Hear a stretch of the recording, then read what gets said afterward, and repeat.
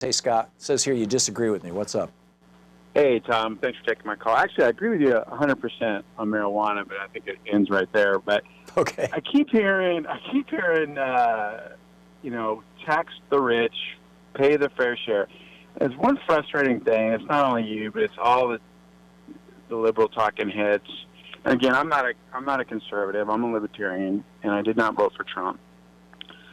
But I've never heard a definition of what rich is. And I've never heard a definition of what fair share is. And I'll give it to you if you would like. Absolutely. Sure.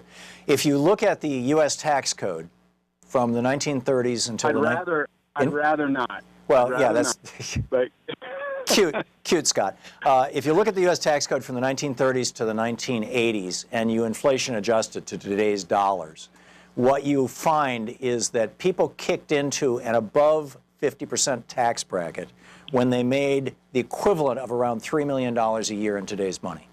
And under $3 million a year, they were paying less, yeah, at the federal level. And state taxes during that period in time were much, broadly speaking, much lower than they are now. So probably 45% would do it. And that's a pretty magical number, because what you find if you look at countries around the world, developed countries around the world, that when the individual tax rate on income over $3 million a year kicks above 50%, you have wildly less inequality in your society, and you have a much more stable economy. The economy tends not to go through wild swings of boom and bust, and you have a higher rate of education, more successful people. Populace, you have, and then all the things that are associated with inequality, from teenage pregnancies to venereal diseases to suicide to mental illness to violence in society, all those negative indicators, and there's about 25 of them that Richard Wilkinson and Kate Pickett documented in their books, Why Inequality Matters and the Spirit Level. And you can find, and they've got a giant website that details this country by country by country, and then they do every state in the United States and compare state by state by state. And what you find is that the lower the inequality is, that is, the less rich the richest person is, and the less poor the poorest person is, the more equal people are, the lower the rate of all these negative outcomes. And the greater the level of inequality, the higher the rate of all these negative outcomes. And it's literally a mathematically definable relationship. So if you want your country to work, you want your society to work, you want your people not to end up opiate addicts and with STDs. Tom, that's a stretch, man. I mean, it's real. It's absolutely real, Scott. It's absolutely real. The problem I have with and let me just finish here, Scott, for just a second. And the tax and the typical response from libertarians and conservatives is, oh my God, well, if you raise taxes like that, eventually it's going to hit the little guy, and when it does, the little guy's not going to be able to work. And it does. Yeah, of course it does, and it should. And so if you look at Denmark right now, the minimum wage in Denmark, the amount that McDonald's workers in Denmark make is between $17 and $19 an hour equivalent. Now, why is that? Because they're paying 30% tax rates, income tax rates, 30 to 45% income tax rates, even at that level. For that, they get not just free college, but they pay you $200 a month to go to college, and they provide housing for you. You get free health care, completely. No deductibles, no exceptions, nothing. Nobody in Denmark since World War II has declared bankruptcy because of health expenses. In the United States, there was a report this morning that showed that more than 50% of all the GoFundMe sites are because people got wiped out by health care expenses. Right now, more than half of all bankruptcies in the United States are because somebody got sick. In Denmark, the number of people who go bankrupt because somebody got sick is zero. Zero. So what happens is working people who are making enough that people who are making so little that they basically spend all of their income, which is, in the United States, typically people making less than $50,000 a year. Working people are paid based on their take-home pay, not their gross salary. So the McDonald's worker in Denmark, at the end of the day, when they look at what they've got left over after taxes, it's only just slightly more than a McDonald's worker in the United States. It's about $2 or $3 an hour more than in the United States. because they have a higher minimum wage, because of the taxes. So what happens is when you raise taxes on working people, their pay goes up.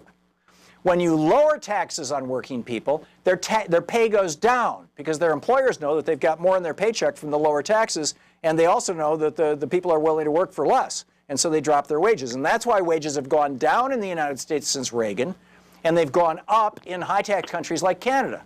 And on the other hand, if you look at how taxes affect the rich, when the Koch brothers have a tax decrease, they get, they're getting probably $1 billion this year that they can just stick in a Swiss bank account. I mean, or they can use it to buy politicians. But it doesn't help the economy.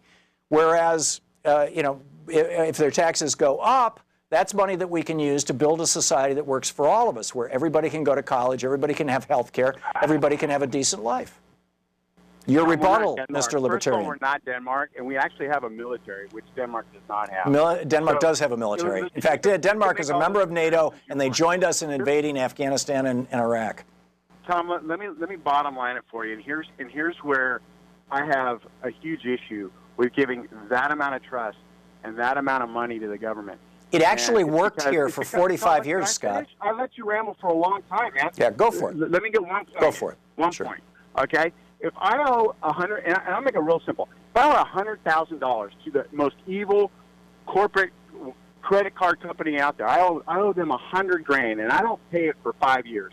And I owe that same $100,000 to the federal government, and I don't pay it for 5 years. What's going to happen to me, one versus the other? And the answer is this. The answer is the federal government could jail me at the end of the frickin' day. And that's where I have a problem, Tom. You're giving all this love and support and trust to people like Bernie Sanders and Donald Trump and Conyers and all these other phony baloney and the Clintons that have scammed us for years. Tom, both sides of the aisle.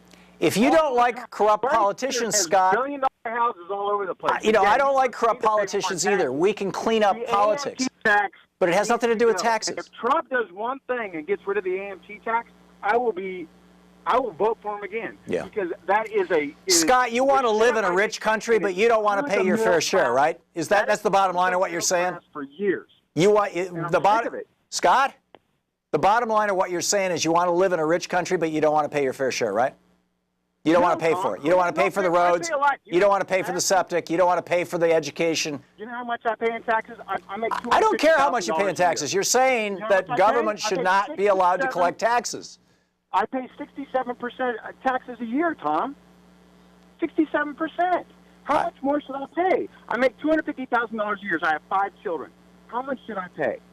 I have no idea, Scott, and I don't trust your numbers or your statements.